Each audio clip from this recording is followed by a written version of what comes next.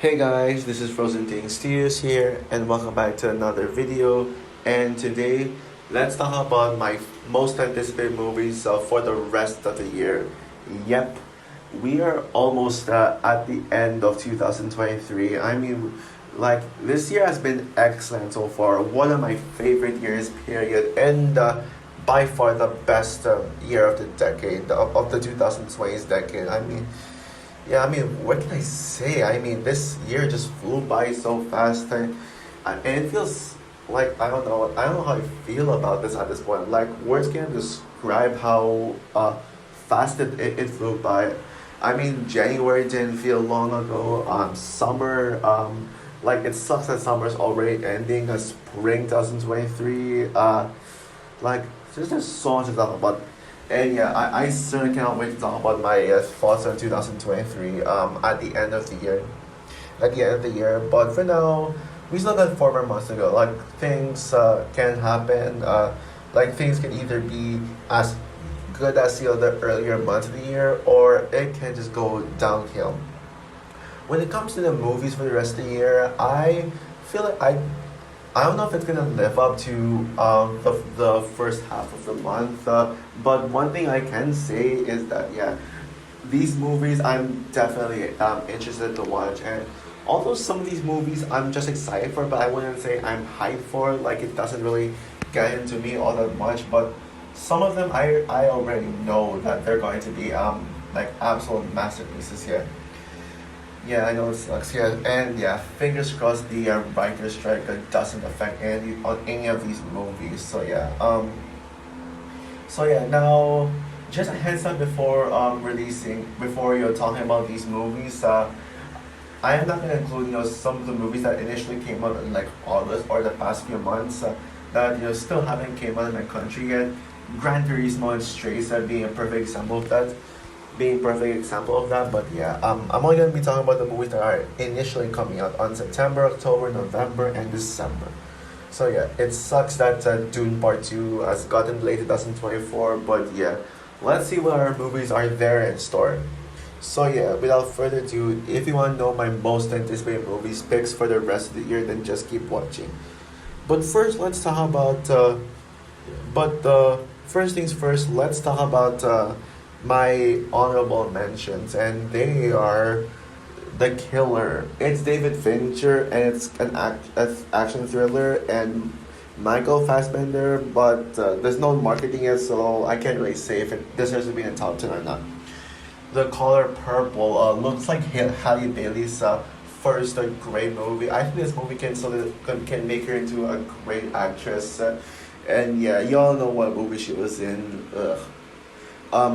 Priscilla, huge fan of Elvis, especially the movie from last year. So I'm very interested to see the story being taken in Priscilla Presley's point of view. This is such an interesting idea. Damsel, I mean, it's Millie Bobby Brown who played Eleven, my second favorite Stranger Things character, second only behind of course Max. What else is there to say? And I love fantasy, so yeah, bring this movie on. And fingers crossed this movie doesn't get panned by critics. And last but not least, Berlin Nobody. Yep, I just mentioned Max a second ago, and we're getting a new Sasek movie this year. Now the reason as to why Berlin Nobody isn't on my top 10 is because I actually do not know if this is actually coming out for this year, or maybe it could come out in 2024. Who knows? But I'm still gonna give it some. I still cannot not mention this one, since Sasek is in it. She's my favorite actress. Maybe this movie gets confirmed out in 2023 at least. They know when this movie is coming out. Then I put this like among my top 5 most Disney movies for the rest of the year. But yeah, without further ado, let's get into the top 10. At number 10, this movie might be a surprise pick, but Expendables 4 or Expend 4 balls. I'll just call it Expendables 4. But yeah, this is such an I know this is how do I say this? But I know it's a surprise that this movie would be on the list. So I'm not an Expendables fan. It's particularly the first three. I don't hate this franchise. The first two movies were okay at best. I thought the first Expendables movie was meh, And the second one was actually pretty good, pretty decent. The third one sucked though. I absolutely hated the third one. Like I do like this franchise for its all star cast, like combining like some of the biggest action stars and putting them all like in one team. And NBC love gore here, but I don't know why. I don't feel attached to it as much as I wish. But the reason as to why Expendables 4 makes the top 10 is because of the trailer. Oh my goodness, that trailer was insane. I actually was not excited. I was not excited for this movie until I saw that trailer, and I was like, oh boy, like it looks really good. It looks so much fun. This movie looks like an absolute blast. I absolutely love the cast. I mean, we got Jason Statham and Sylvester Stallone returning like the old cast, and some new one. Tony Jaa's in this. I heard people say he might be the villain, but I don't know yet. Maybe. Um, and uh, and also Megan Fox, who I think is going to be the standard here. Now, I Megan Fox is a hit or miss actress. But I think this could be one of her best roles to me. And I think she's gonna be the best Expendables character. I'm loving the action so far. This looks like absolute bonkers. I think I already know that this is gonna be my favorite Expendables movie. Fingers crossed this doesn't disappoint. This is most likely going to be my guilty pleasure of the year, and that's why it makes the top 10. Because I just want a good old fun guilty pleasure movie. But it will be anything compared to these nine movies. So yeah, let's talk about them. At number nine, I Ridley Scott's Napoleon. Yep, Napoleon. Now, yeah, I do know a little bit about Napoleon. Like I am kind of familiar with Napoleon's story. How he is one of the greatest leaders of all time, and you know all the war that he faced, and having Ridley Scott to take on this historical event. Yeah, it's very interesting. Ridley Scott is such a great director. I like such a great director. You know, Alien, Gladiator, which Gladiator is my favorite Ridley Scott movie. Can't wait for the sequel. And yes, out of all the two upcoming Ridley Scott movies, I'm personally more excited for Gladiator than this one. But yeah, um, and even like The Martian, and also The Last Duel, and although Ridley Scott's previous movie House of Gucci was a massive disappointment. I didn't like the movie at all. I think this movie could be the comeback of Ridley Scott. I think this could be one of Ridley Scott's best movies in such a while. I mean, you got such a great cast, particularly Joaquin Phoenix and Vanessa Kirby. Yeah, I'm a huge fan of both ones. Joaquin Phoenix, Joker, and Vanessa Kirby, the future Sue Storm in the upcoming Fantastic Four MCU reboot, as well as a White Widow in Mission in the two best Mission Impossible movies. So yeah, I think Vanessa Kirby as Empress Josephine is gonna be a standout. But I think this, but the trailers and from what I know about the Napoleon, this movie actually looks historically accurate. It actually does look pretty accurate to history, and historical fans might probably love this movie. And I'm excited to see all the big action scenes that this movie will show. Like, this movie looks really big in scale, and this has potential to be Ridley Scott's most ambitious film. Well, let's see how more ambitious that Gladiator 2 can get. But yeah, cannot wait for this movie. This movie should have all the Oscars. Yeah, this movie might get a lot of Oscars. So yeah, let's see about that.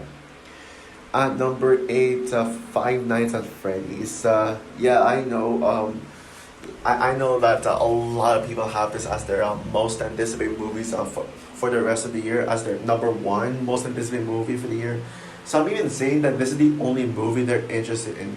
So I know what you're gonna be. I know what you're gonna comment. Oh, why is Five Nights at Freddy's way too low on the list? It should be at least in the top three.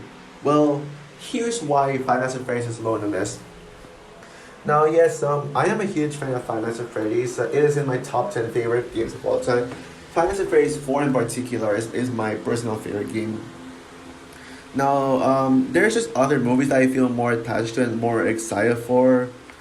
and I absolutely and but Five Nights at Freddy's I'm still sold for. Although the reason as to why this movie is low on the list is because of like the rumor that this movie is going to be, I kid you not, 3 hours long. Really? 3 hours? That is far too long for this movie.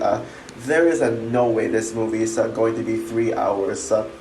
Like it could not fit a 3 hour movie because this was like a kind of a small scale movie that takes place in one location, which is an abandoned factory, and this is like a story that could be told in like less than 2 hours. My ideal runtime for this movie would be a 1 hour and 50 minutes. So yeah, I can't imagine how they're gonna like, tell the story in 3 hours. Like, are they just gonna put fillers and like, give us a slow pace? I hope not. But I'm excited for this one because it's Five Nights at Freddy's. Five Nights at Freddy's. Five Nights at Freddy's. I mean, this movie looks very faithful to the games, and they've got and this year has been such a banger year for video game adaptations. The Last of Us, which is the best video game adaptation in general. The Super Mario Bros. Movie, Gran Turismo, which I still have yet to see, but I'm gonna see it this week and the next week. Um, and um, and now Five Nights at Freddy's. Oh yeah, also Twisted Metal, which is a pretty underrated show, but I still haven't finished it yet. But so far, I think it's pretty underrated, and I recommend it. But yeah, Five Nights at Freddy's, man, like it looks faithful to the games. I'm loving the cast so far. Josh Hutcherson, who was in the Hunger Games, which I am going to talk about. Spoiler alert, which it's going to be somewhere in the list. Elizabeth Lale, and but the character I'm most excited to see is Matthew Lillard, who played Stu Macher in Scream. I think he's going to be the standout character in this movie, but and I'm excited to see all the scares and kills. So yeah, can't wait to see this. Also, yes, I will see this movie here, just considering that Dune Part 2 got delayed. If Dune Part 2 didn't get delayed, I would have like watched this movie on streaming. He says since I would have just saved my money for all of the upcoming November releases. But looks like now I have a chance of seeing this one in theaters, and yeah, let's see how this one goes. But yeah, I can't wait. At number seven, Wonka. Wonka, yep.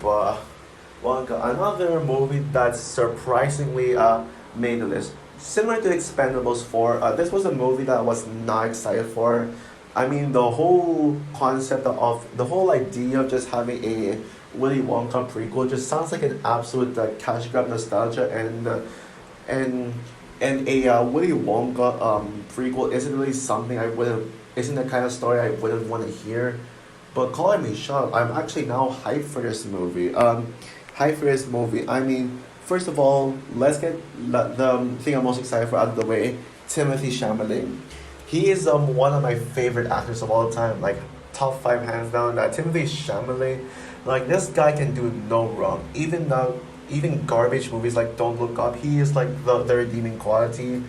Then this guy, like he just does everything right. And Timothy Chalamet is actually the main reason as to why I'm excited for this movie. I mean, screw TikTok, screw the toxic TikTok users for mocking Timothy Chalamet's performance. I mean, yes, I mean Timothy Chalamet is actually doing something different here instead of being more serious. Being more serious. I actually love his over the top acting and stuff. I know people are not getting used to it because this is just something different for him. But come on, y'all, stop being mean to Timothy Chalamet. Stop mocking him, please. But yeah, but on top of that, this movie looks absolutely charming. This movie looks absolutely charming. It's directed by Paul King, who directed the Paddington movies. So that should be interesting. I totally trust him. And also, by the way, I'm pumped for Paddington 3. I think that has potential to be the best Paddington movie. And I mean, it looks absolutely visually stunning. Look like visually stunning. Looks like we could get a Best Visual Effects nomination at the Oscars 2024. Even though I doubt it's gonna win because Oppenheimer, and yeah, look, it just looks incredibly charming. I love the casting, even the supporting characters.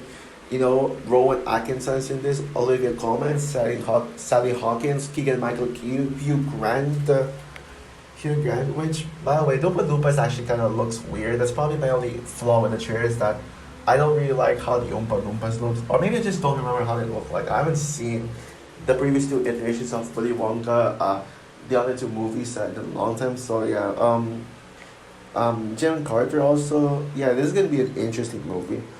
Although I'm actually not going to be able to see this movie in this year because this movie doesn't come out until January in my country, and I'm actually going to be seeing this movie on my birthday on January 14th. So yeah, it looks like this movie probably won't be on my list, and I'm fine now because I don't think this movie is going to be in my top 10 favorite movies 2023 list. But one thing for sure, Wonka's going to be a great birthday movie for me. So yeah. At number six, The Marvels. Yeah, I know. I might get some hate for this because this movie is already getting hate. And I mean, even more hate than the first movie. Than the first movie. But yeah. I'm a defender of post Endgame Marvel. I think it's I think it is I think post Endgame Marvel is underappreciated. I don't get the hate for it, and that's actually why I decided to give the Marvels a chance, despite not being excited for it for a short period of time, because I just felt bad for Marvel, so I didn't want to get myself to not be excited for anything Marvel until Marvel, unless if you get a trailer looks bad, like She-Hulk bad, then yeah. But I know that people are hating the Marvels. It's already getting more hate in the first room, even though the teaser trailer was kind of well received. Almost everyone I know absolutely hated that official trailer. Even the fans of the first Captain Marvel are saying that this movie looks bad, and it's going to be a step down from the first film.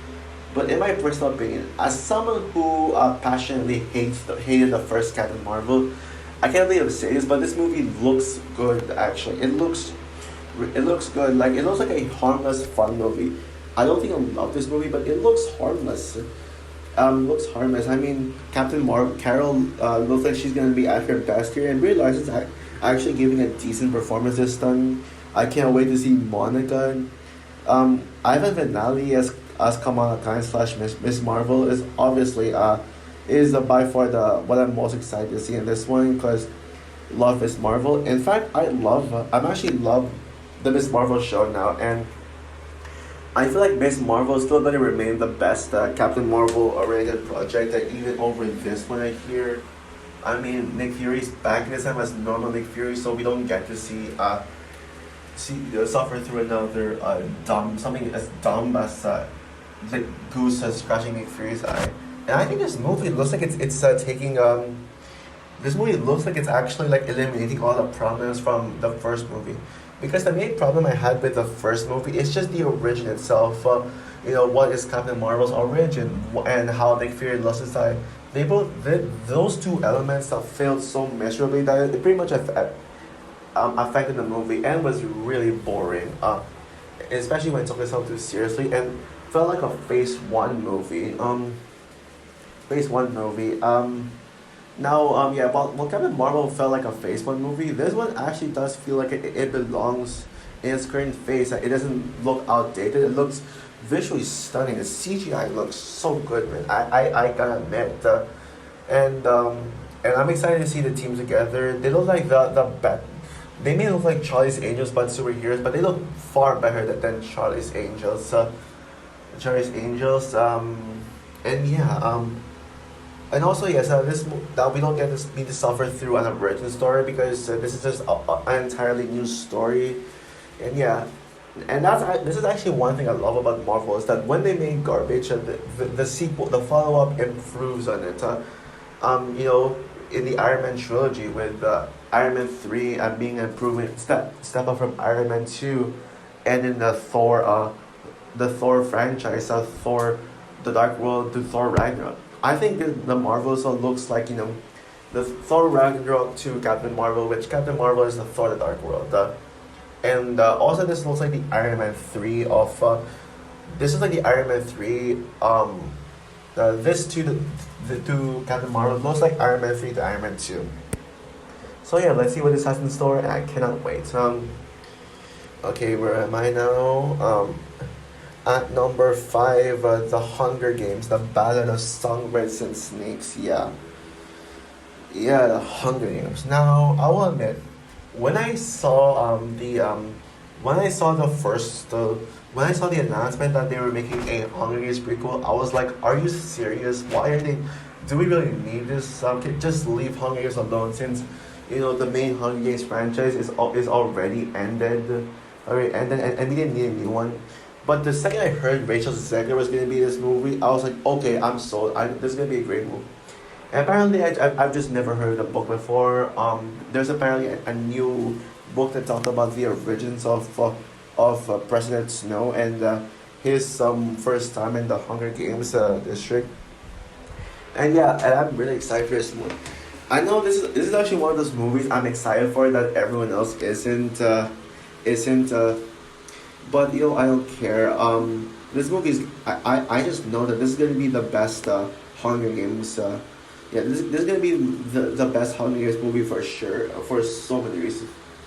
Yeah, first of all, yeah, I absolutely love the trailer. It looks so different from Hunger Games, and I'm just sold on the idea of simply a Hunger Games prequel.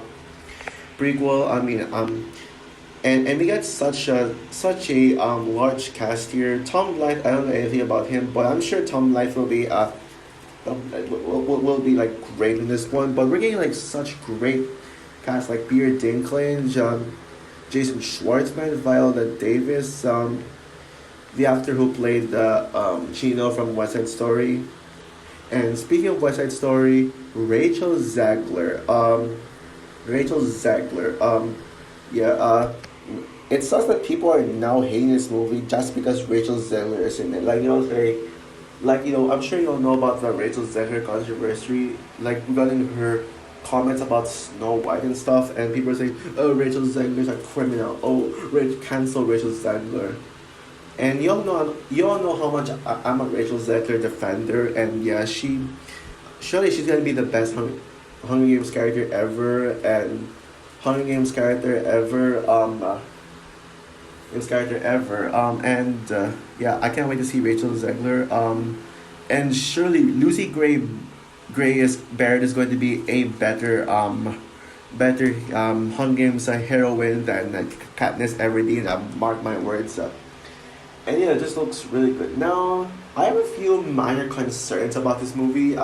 One of them regarding the runtime. This is a near 3 hour movie. It's 2 hours and 45 minutes.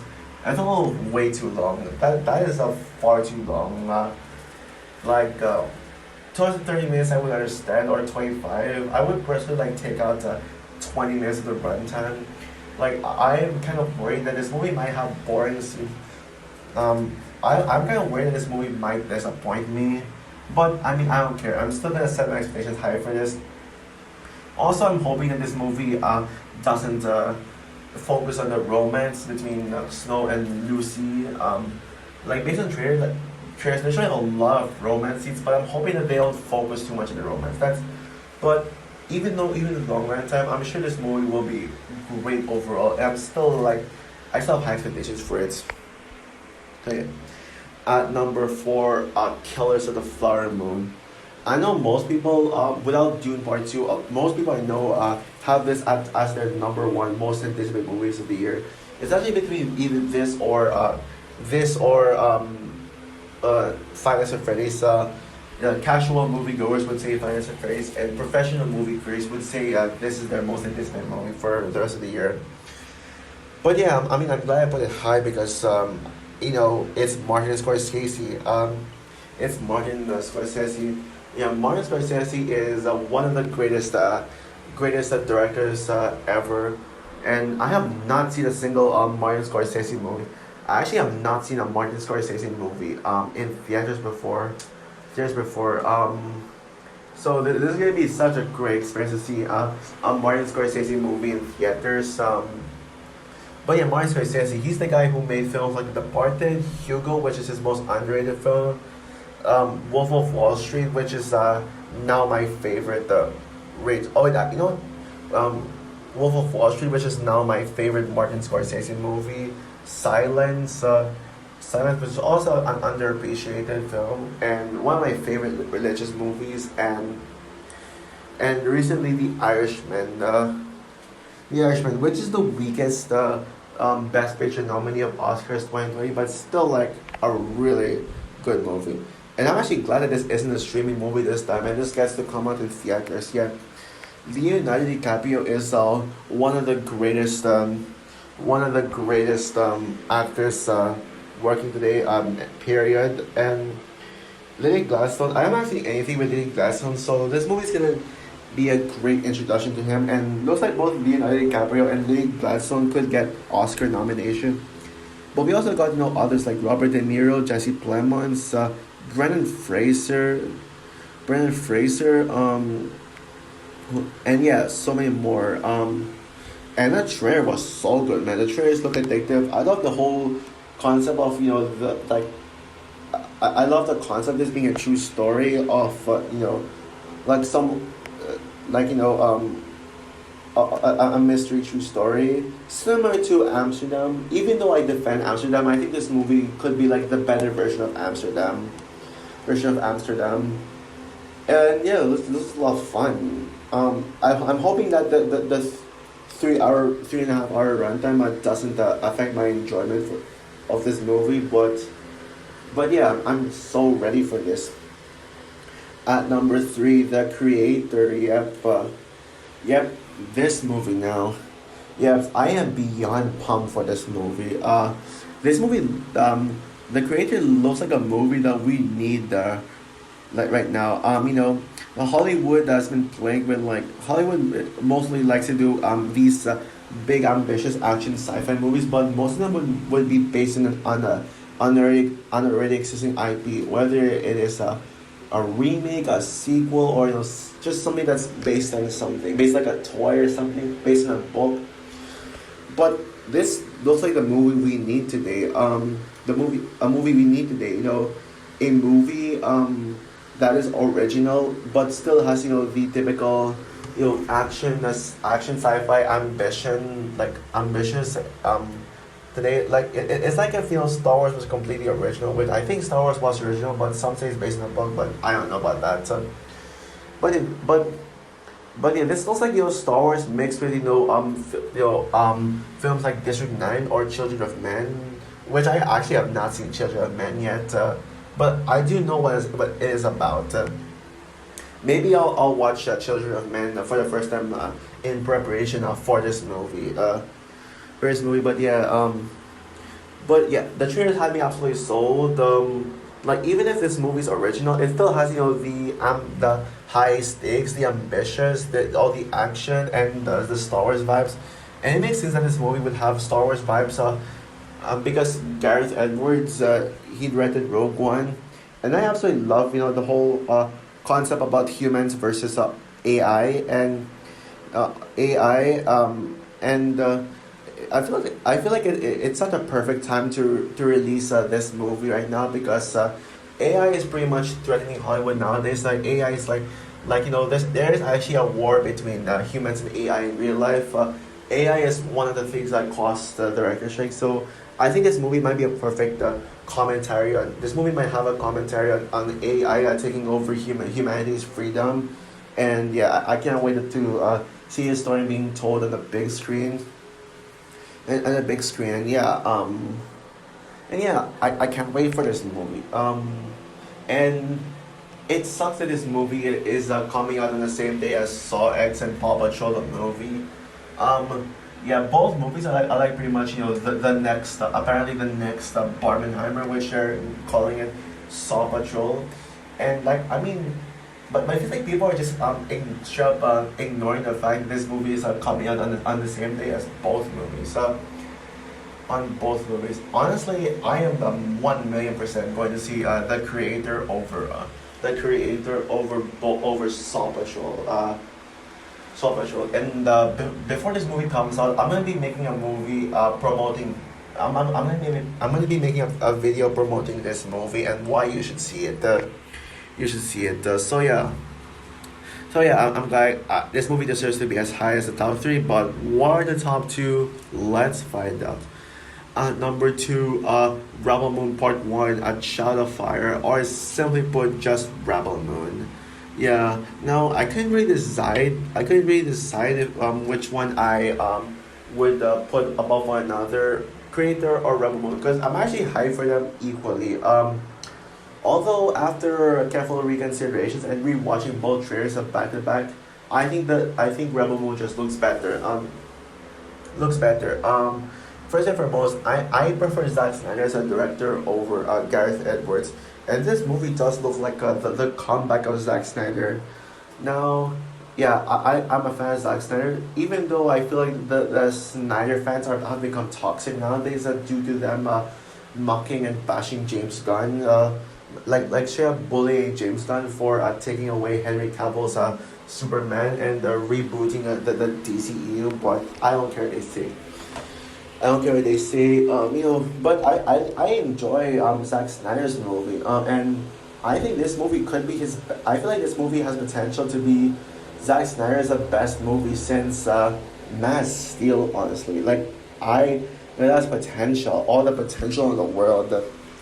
Now, when it comes to my feelings towards the previous Zack Snyder movie, Army of the Dead, yeah, that is by far my least favorite Zack Snyder movie.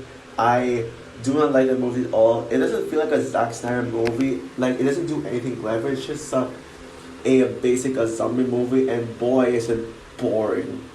But Rebel Moon looks like the comeback of Zack Snyder.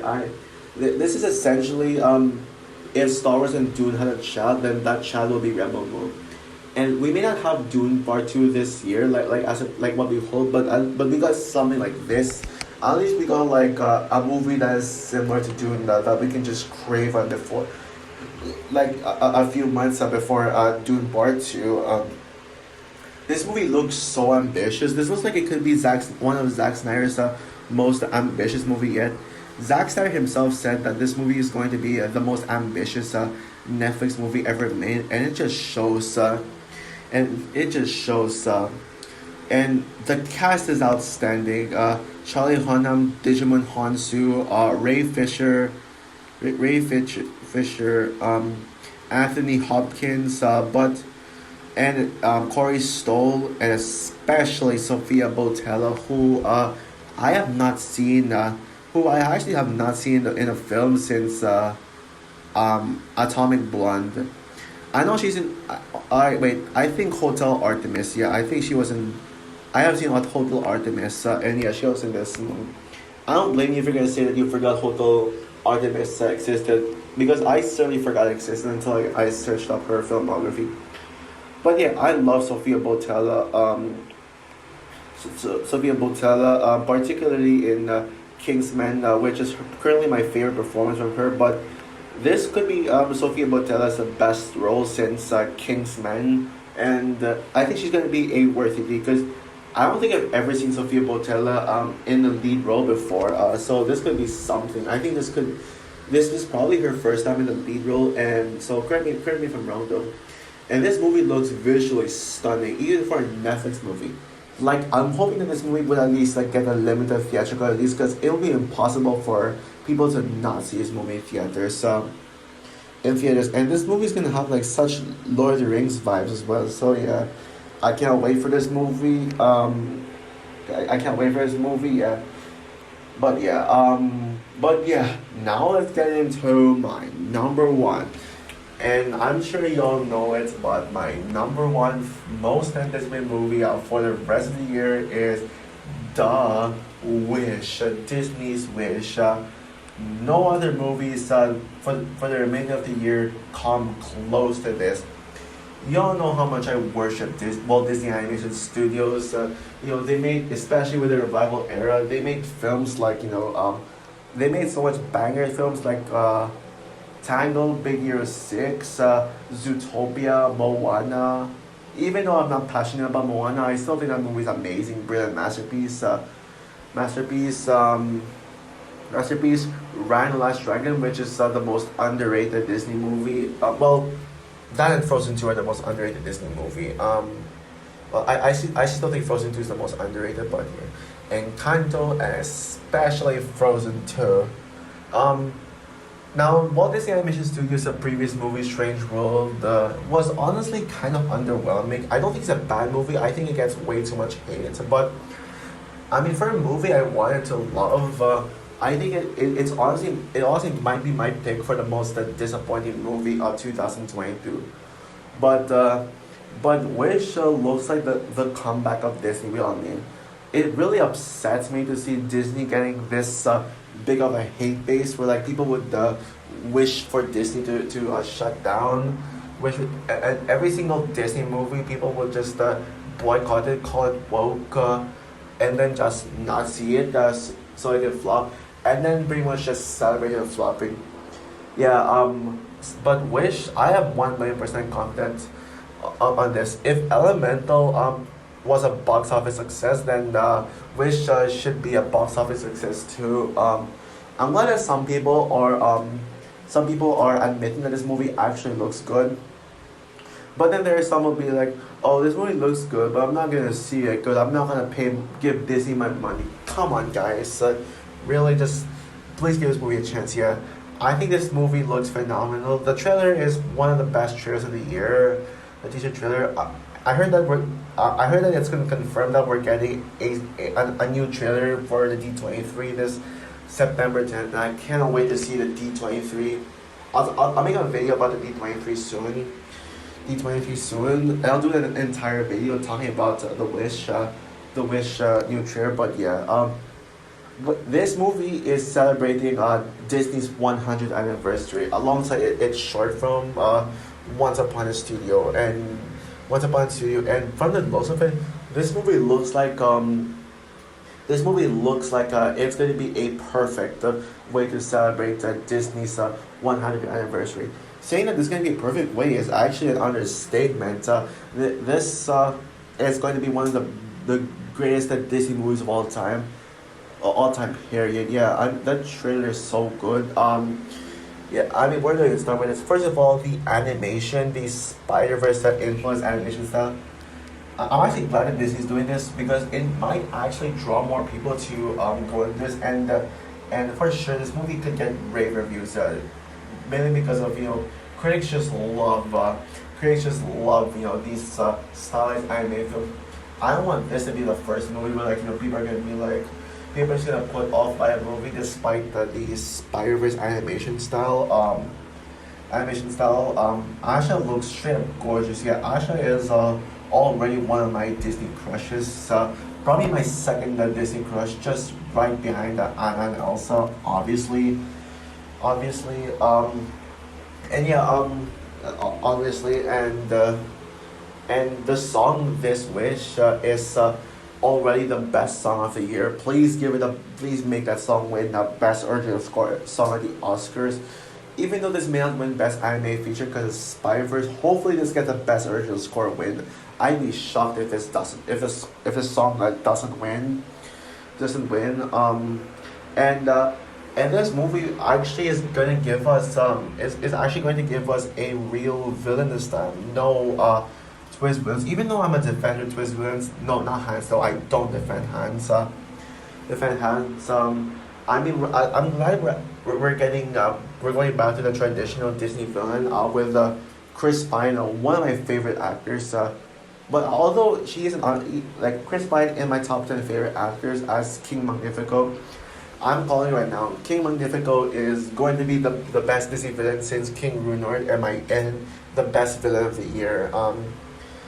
Best villain of the year, and yeah, I can gush about this all day long. I just know this movie's going. I already know that this movie is not going to disappoint, and I think this has potential to be on par with Across the Spider-Verse as my favorite movie of the year. Yeah, yeah. This so yeah.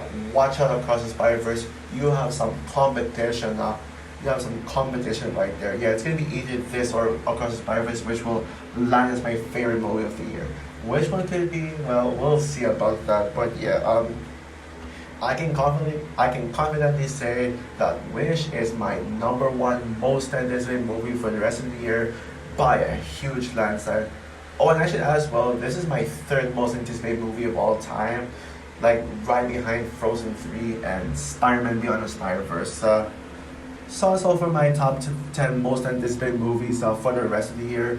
What is your list? Do you agree with me that Wish is your most anticipated? Or do you have a different most anticipated movie pick? Comment down below, like, subscribe, hit the notification bell. And although I don't really have any videos planned anytime soon, my next video is going to be my rant on Uncharted, on the Uncharted movie, leading up to Gran Turismo, which I'm not going to do anytime soon, but most likely next, like in a couple of days. But I do have a trailer style that I'm aiming to post this week, so stay tuned for that. So yeah, bye guys.